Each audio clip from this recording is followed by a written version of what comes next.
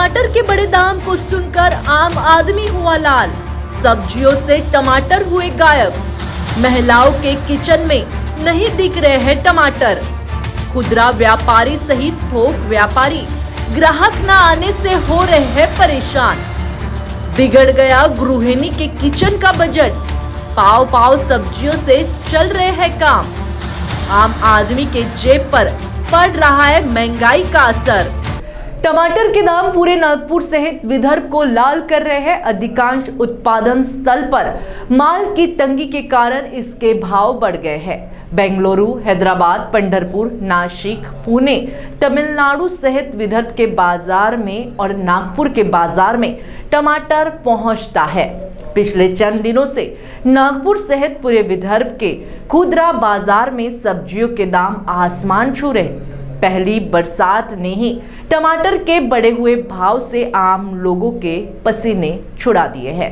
खुदरा बाजार में टमाटर के दाम 100 से 120 रुपए किलो पहुंच गए। बेंगलुरु, तमिलनाडु में रोजाना भाव बढ़ रहे हैं। ऐसा अनुमान लगाया जा रहा है कि स्थिति यही बनी रही तो थोक मंडी में भी टमाटर कुछ दिनों में 100 रुपए प्रति किलो तक पहुंच जाएगा।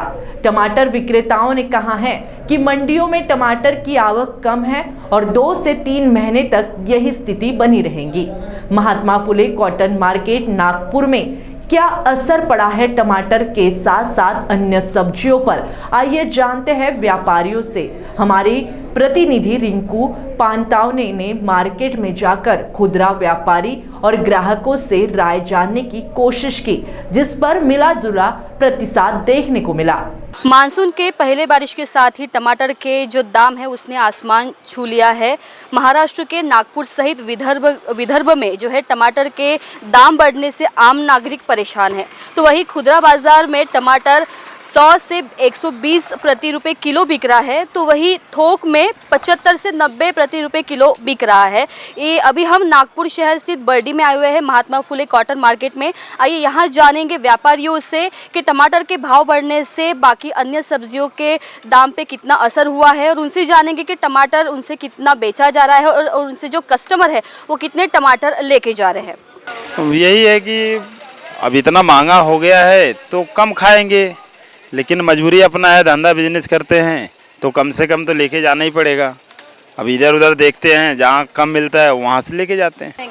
हाँ, कोई 100 ग्राम मांगते हैं, कोई 1 पाव मांगते हैं, क्योंकि महंगा है। उनको कहना है कि मुझे खाना तो है लेकिन रेट इतना है तो हमें अभी 100 ग्राम दो या 1 पाव दे दो, ऐसा रहता। अभी वैसे तो हमारा ज़्यादा बड़ा बिजनेस नहीं है, छोटे ही है। तो हमारा कैसा कॉर्न भेल का काम है, फ्रूट कॉर्न भेल बनाते हैं तो उसमें हमें टमाटर लगता है। तो वैसे रेगुलर अभी का समय कम से कम 5 किलो मुझे डेली लगता है, लेकिन अभी हम 1 किलो 2 किलो में अपना काम कर रहे हैं। अभी रीजन मैडम अभी कस्टमर बहुत कम हो गए। अभी जो अपन 100 कैरेट 250 कैरेट बेच रहे थे अभी 50 कैरेट में आ गए। अभी एक्चुअली महंगाई के कारण अभी टमाटर बिकना भी कम हो गया अभी हमारे से। वो बिक रहा है 2,500 रुपये, 2,200 रुपये, 2,000 रुपये कैरेट बिक रहा है अभी। अच्छा, तो मुझे बताओ कि न्यूनतम प्रति क्विंटल के दाम कितने हैं और अधिकतम प्रति क्विंटल के दाम कितने हैं? उतना तो अभी जो बेचने का काम है हमारा है, दलाल लोग आते हैं, दलाल की गाड़ी आती है, उसको बोलते हो जो भाव बेचने को भाव बेचते हैं अपन। टमाटर तो असर होगा ना मैडम, ये खाने पीने की चीज़ है, इसमें प्रभाव अपने जो आना आदमी है उसको प्रभाव गिरेगा।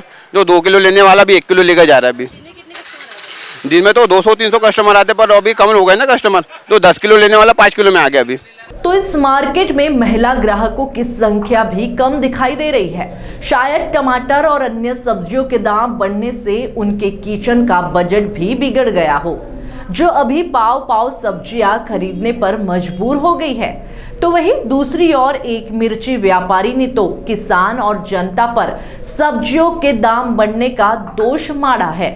आइए जानते हैं इसके अलावा क्या कहा व्यापारियों ने। जनता का दोष है। हाँ, किसान का दोष था पहले, किसान जनता का दोष। सवाल ही नहीं आ रहा। आधा किलो लेने वाला 1 पाव ले रहा है।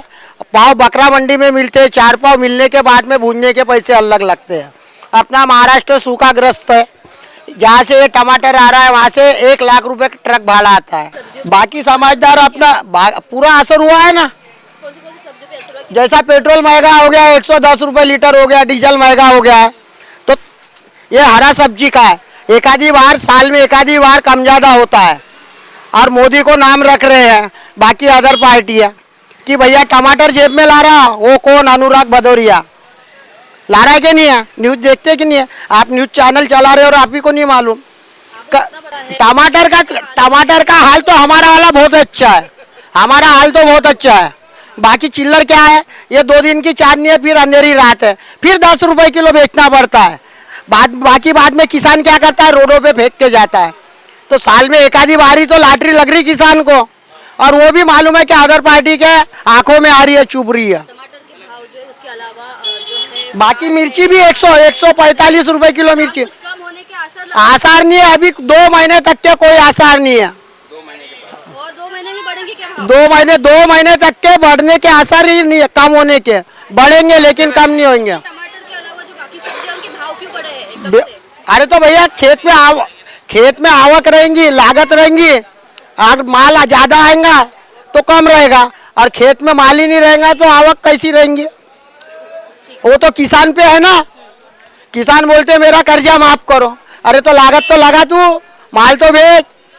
आजकल पूरा दलाली वाला काम हो गया, वहाँ पे व्यापारी लोग खुद खेत में जा रहे हैं, किसान की हमाली बच रही है, भाड़ा बच रहा है, उसके डायरेक्ट खेत से माल जा रहा है। तो ये अच्छी बात है कि बुरी बात है? अच्छी बात, उसके लिए अच्छी बात है, हमारे लिए तो बुरी बात है ना, हमारे लिए बुरी बात है। क्या कहना चाहोगे इस पे? इसके लिए किसान मगरा गए ना।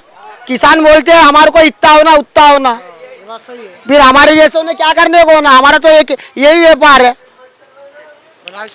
किसान को तो रात में दिन में सोने तो भी मिलता है, 3:30 बजे जग के आते हैं हम माल बेचने के लिए, और शाम को 6 और 7 बजे तक के रुकते हैं।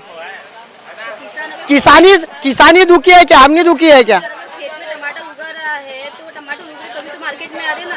और तो जिम्मेदार है कि सरकार जिम्मेदार है? सरकार काय की जिम्मेदार है? सरकार बोल रही है कि मुंह में ली जाके डाल रही है क्या पब्लिक के कि जबरदस्ती टमाटर खाओ करके। आज 2 दिन मेरे घर में टमाटर नहीं थे, मैंने आमचूर पाउडर डाल के सब्जी बनाया मेरे घर में। ये रेट किसान बढ़ा रहा है कि सरकार बढ़ा रहा है? सरकार कैसी बढ़ाएंगे? ये तो ये पूरा मालूम है क्या जनता क्या पाप है? ये जो मोदी सरकार भर रही है, कांग्रेस ने 70 साल पाप किया है, उसकी भरपाई कर रही है, अभी तो पूरी साफ कर रहा है मोदी। बहरहाल सब्जियों के बढ़ते दाम से अब आम जनता के किचन में टमाटर को देखना मुश्किल ही होगा।